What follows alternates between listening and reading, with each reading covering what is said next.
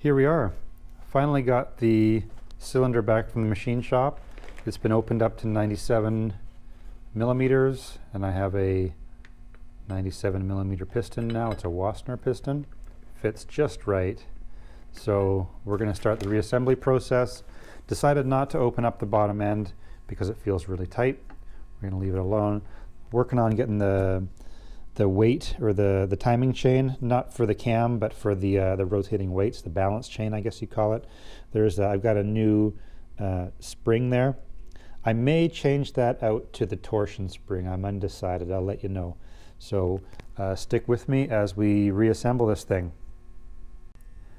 So here I've got the piston on, and I'm just installing the piston rings. I'm not sure if you'll be able to see it, but there's a little N there, an N on both of the compression rings. The more narrow ring is up at the top, and the thicker ring goes on the sort of in the middle, just before the oil ring is the last ring, and the N goes up.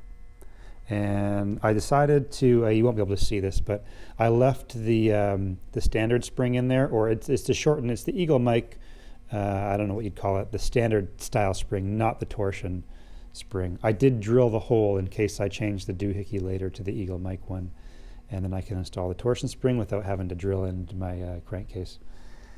So here we go. Cylinder is about to slip on. Next shot I'll have the cylinder on, put the new base gasket cylinder over the piston, and then we'll have a look at the head and the timing chain installation. There we are. Cylinder's on. The bore is oiled. It all went together pretty well. I forgot to mention in the previous clip that I did mention the end gap on the piston rings, and it was all within spec. That's good. I've got the cam chain guides in there, and next step, I've got my cams laid out, ready to go in. Head will go on, torque down, cams will go into the head, and then we'll set the timing with the cam chain, and then it'll be time to put it in the bike. We're getting close. Well, like everything in life, this is taking a bit longer than I would have hoped, but I am enjoying the process, and I guess that's the main thing with the hobby here.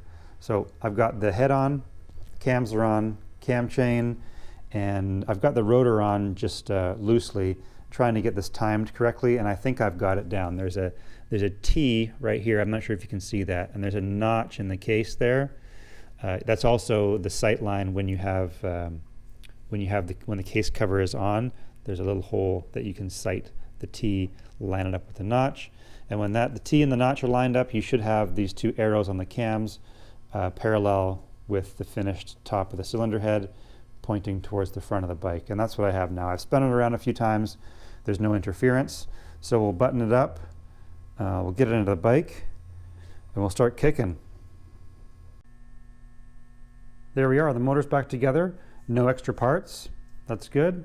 I'll spare you the time lapse of me struggling to get the motor back in. I'm kind of a one-man band here. So motor goes there. Next shot, you'll see hopefully the motor in the bike, and we'll talk about the next step, mainly just putting fluids in it and seeing if it'll run. So the engine went in better than I thought it would. It's just sort of, I mean, it's tight in there, but I don't have this lower cradle connected yet. I think I'm going to see if it runs first. So I've filled it with oil. I haven't done the coolant yet, and the exhaust is off too. The carb is connected. I'm just going to turn on the petcock, and we'll run some fuel to it and see if we can get it to fire. And if we can, that's great. It's going to be awfully loud and maybe a bit smoky on startup, but we won't run it for long. If it does run, I'll clean up the exhaust. We'll put it back together and see what it runs with a nice painted up exhaust and the motor rebuilt. Hopefully that knocking sound is gone. That's the whole point of this. So let's see if we can get it fired up.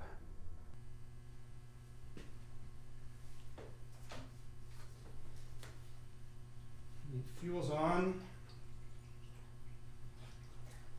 I think I'll just kick it a few times. Feels good. There's the exhaust stroke. So ignition's off. You hear that pop on the exhaust. That's how I know where I'm near the intake and compression strokes after the exhaust. Okay. Maybe we'll try it with a bit of fuel on, or with the choke on.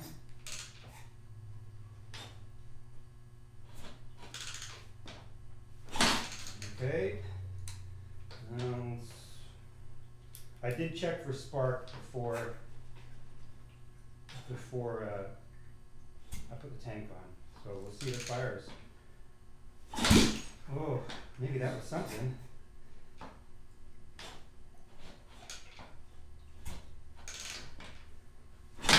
Ooh, that was fired because it pushed back at me. Okay, I think it's gonna run.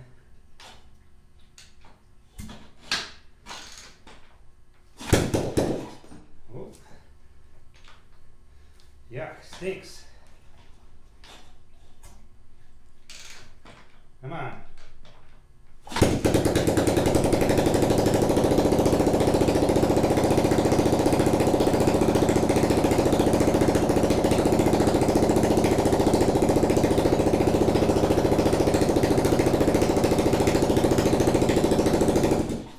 All right.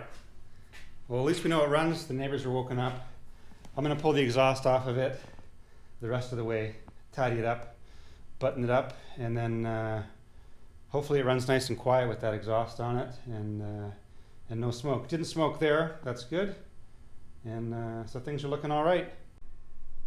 Okay, the exhaust is on, cooling system's filled, and let's see what it sounds like now that it's not so deafeningly loud. Fire it up here. It's cold. It hasn't run since yesterday. Give it a few turns on the idle speed.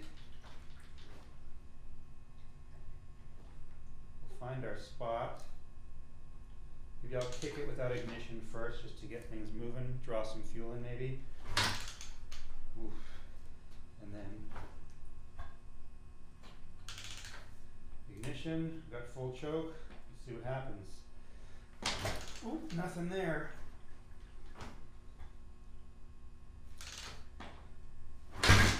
Oh.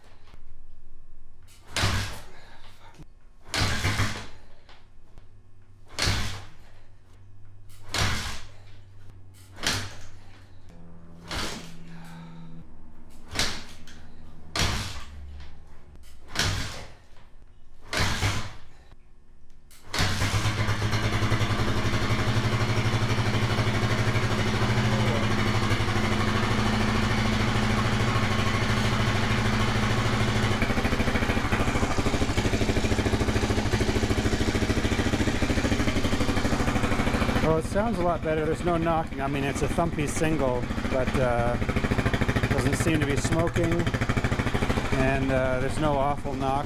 I'm going to let it warm up a little bit, and then we'll have a little tour around. So it's been a few minutes now. The bike's nice and warm. It's idling well, and no awful knocking sound.